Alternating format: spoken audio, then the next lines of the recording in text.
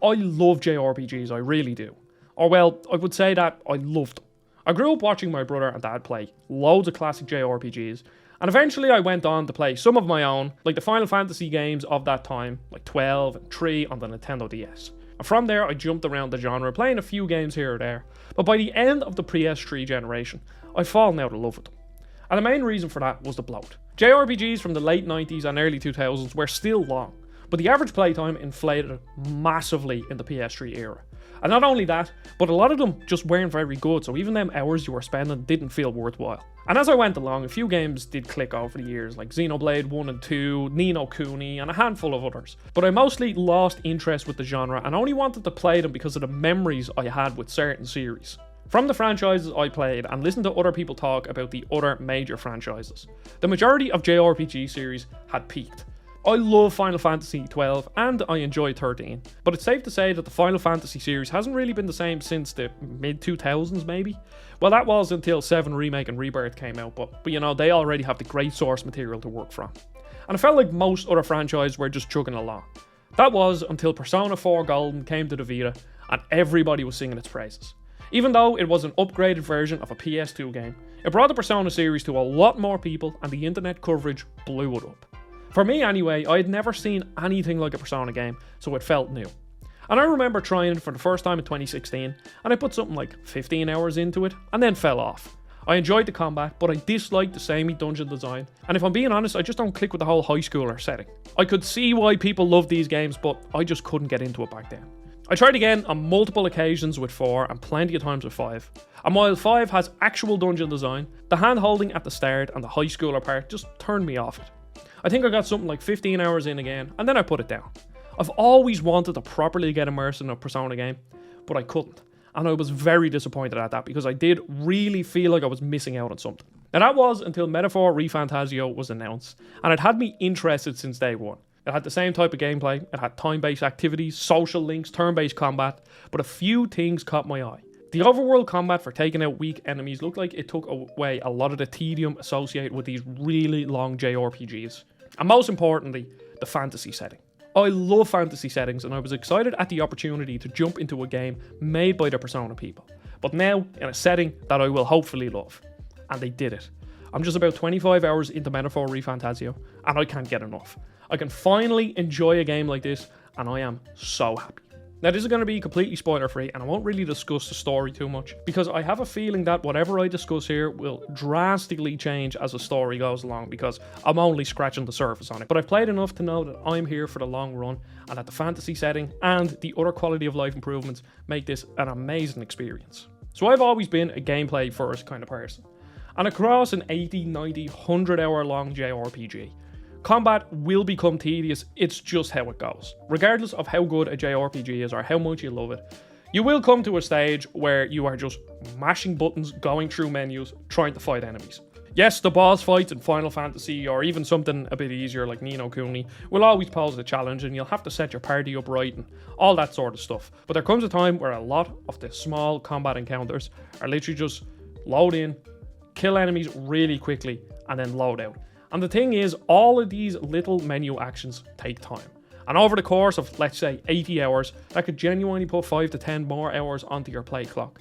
But here in Metaphor Re Fantasio, they have the usual new JRPG thing, where before you go into combat, you can attack the enemy in the overworld, and if they are around the same level as you or higher, you can stun them so that when you load into the combat, they can't take an action. But if you're exploring a dungeon and there's an enemy that's a lower level than you, and you attack them on the overworld, they just die. You still get XP, you still get money, but it just means that you don't have to load in, see that transition, input all your attacks, kill the enemies without them dealing any damage, and then load back out. And yes, the battles are extremely fast in this game, but even still, if you're playing this game for, let's say, 80 hours, and you have done thousands of these smaller battles, they will add a lot of time. And let's be honest, one of the biggest barriers to entry to getting into these types of Persona games is that they're really long. So for a lot of people, when they're thinking about getting into them, they really have to factor in how much time they're going to take and if they're going to be able to keep their attention and if it's even worth playing considering how much time it will take. And the fact that they added in so many little things like these quality of life improvements to just streamline the experience it makes it just so much more playable. And this could change, but I can't see myself dropping out of this game because the story has me absolutely hooked, but also I know that these little scratches against the armor won't chip away at me like they usually do in these types of games. Now, I played Yakuza Like a Dragon at the start of this year, and I absolutely fell in love with it. And one of the main reasons was because of how systems heavy it was. There were so many little systems that all fed into each other so that it always felt like your time was well spent. And it's even more impactful in Metaphor Re Fantasia because there are just so many little systems. You have the social links where you want to upgrade your relationship with your character, and then you have your royal stats, which are wisdom, courage, them sorts of things. And I don't really think they affect combat. They're more like your soft stats that will, let's say if you have 3 imagination, you can then progress with a quest or something like that. So they're almost like skill checks. And then obviously you have your normal stats like strength and agility and endurance, which obviously just help with combat. A Metaphor basically has a job system like a Final Fantasy, but this time it's called archetypes. And this is the main part of progression, where one character will be sort of like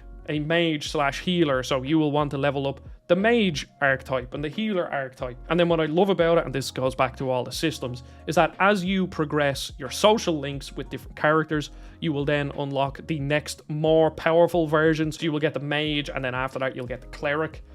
And as you progress along these social links with the characters that improve your archetypes, you also unlock more slots to inherit skills from other archetypes. So you could be a cleric that has all the usual buffs and heals and stuff like that. But let's say you're in a dungeon and all the enemies are weak to fire damage.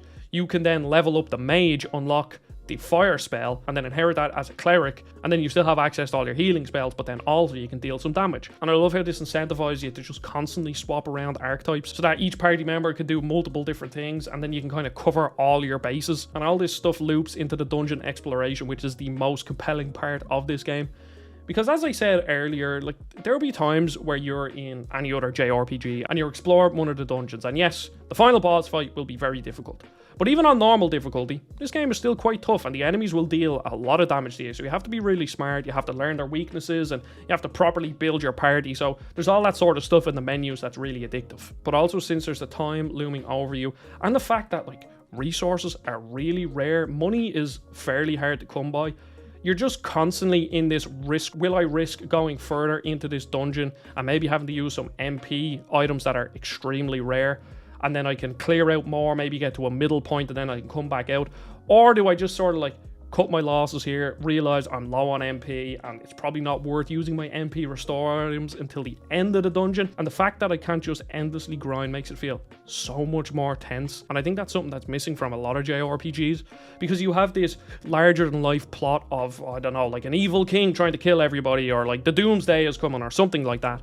But because you can just endlessly grind and like walk out into a field and just kill a load of enemies and then go back to the town and buy loads of items, there's no sense of urgency, there's no real sense of purpose for anything that you pick up, because you can't really just go out and grind loads of money and buy anything that you really want. It will take time, obviously, but the fact that you can't do that in Metaphor or Persona just makes everything feel much more worthwhile. Now, I am running into an issue of feeling overwhelmed, and I think that's probably pretty normal for the type of game that this is. And I'd like to bring in like a Dark Souls comparison here. And I know it's a meme that everything has to be compared to Dark Souls, but for this specific example, I think we all remember the first time we played a Souls game and how overwhelming it was. We didn't really know what we were doing. The game is really hard, just like I think Metaphor is. There's a lot of stuff that you kind of have to wrap your head around, and I think that feeling of being overwhelmed is probably something all new Persona / Metaphor players experience, because there is just so much to do. You can improve your social links, you can talk to random NPCs to improve your courage or wisdom or whatever, you can go to a dungeon and fight enemies, you can do random menial stuff like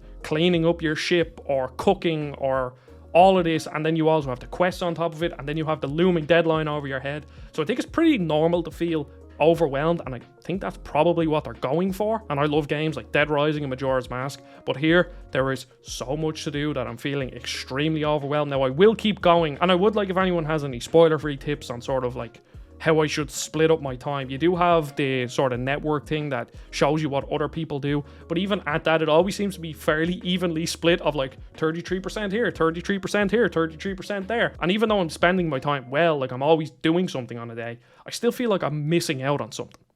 And I brought this up earlier on the year about how Borderlands translated action RPGs, a very typically nerdy type of game, into a first-person perspective, and it made it so much more accessible to a lot more people.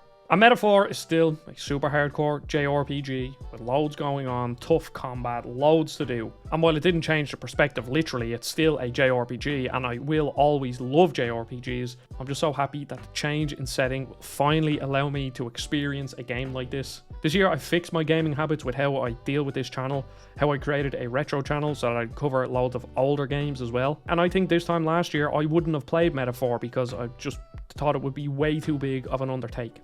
And right now, yes, I'm nearly 25 hours into the game. That's 25 hours in less than a week. But now that I have this video out and I've gotten some thoughts out, I'm just going to enjoy the rest of my time with it. Yes, I'll probably be here for another minimum 60 hours. But I don't mind just sitting down and playing a couple of hours a week and maybe not finishing this game till, I don't know, January or something. This time last year, I wouldn't have touched this game, and I'm enjoying my gaming habits right now. Can't wait to beat this game, and I can't wait to have that sort of triumphant feeling of finally getting through a game like this, because it's been something on my backlog. And just a change in setting and my own mindset means that I probably will end up beating this game, and I wonder if Persona 5 Royal or whatever came out now, if I'd be able to beat it. Maybe it isn't the high school setting. Maybe I will go back to it after I beat Metaphor. I don't know. But I appreciate everybody watching. Don't forget to subscribe, and I'll see you all on the next video.